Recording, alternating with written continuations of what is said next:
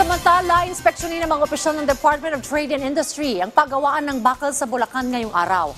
Lahin po nitong malaman kung pasado ba sa Philippine National Standards ang mga gawang bakal.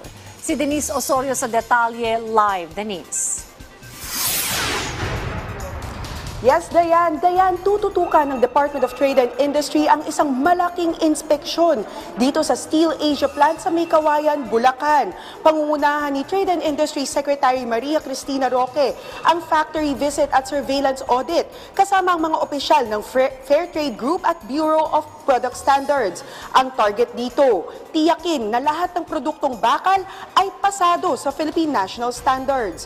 Mahalaga ito dahil ang bakal ang siyang haligi ng mga gusali, bahay at infrastrukturang tinatayo sa bansa. At ito ay hindi pwedeng substandard. Dapat ligtas, matibay at dekalidad ang produkto para protektado ang mga mamamayan.